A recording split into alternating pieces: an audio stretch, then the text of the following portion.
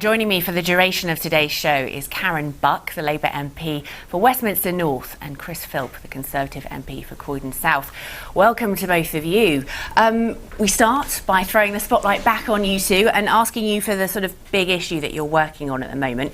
Karen, I think you're going to talk about something which is something we've spoken about a lot on this programme, cladding.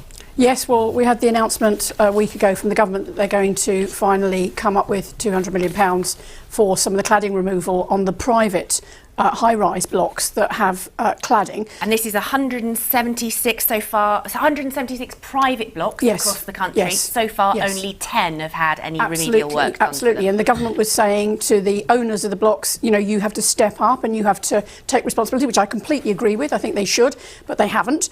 So, you know, just kind of asking nicely clearly hasn't worked. We know that some money had to come. The government, it's been taken 2 years since Grenfell, and many of these people in London towers and in other parts of the country are feeling themselves caught between the risk of a lethal fire and financial ruin, and it's been devastating for the people who've been trapped for the last 2 years in this situation.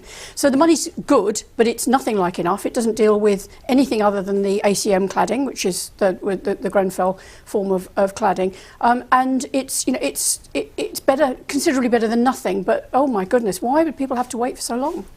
Chris? Well, in relation to publicly owned buildings, so council-owned buildings and housing association buildings, the government funded that immediately a couple of years ago.